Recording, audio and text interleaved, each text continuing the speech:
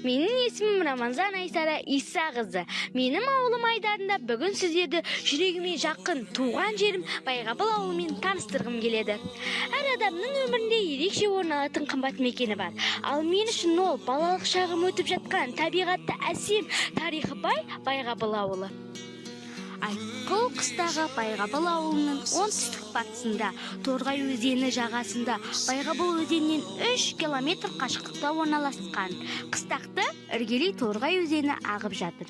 Бұл жер тыландап аққан Торғай өзенімен, ондағы шошып ойнаған балықтарымен, тек Торғай өзенінде ғана өсетін тұңғиық гүлімен, өзен жағалай өскен дәрілік өсімдіктермен көрікті. Менің ауылым Байғабыл өзен бойында орналасқан. Байғабыл жер асты көзі бар, суы тұщы, ұзындығы 15 шақырым түйік өзен. Бүгінгі таңда мен оқитын мектеп өз бастауын Ыбырай Алтынсарин бастамасымен 1886 жылы Шұрыққұдықта ашылған мектептен алады. Менің арманым мұғалім болу, елімнің бір кірпіші болып қалану. Менің көрікті ауылым гүлденген болашағым.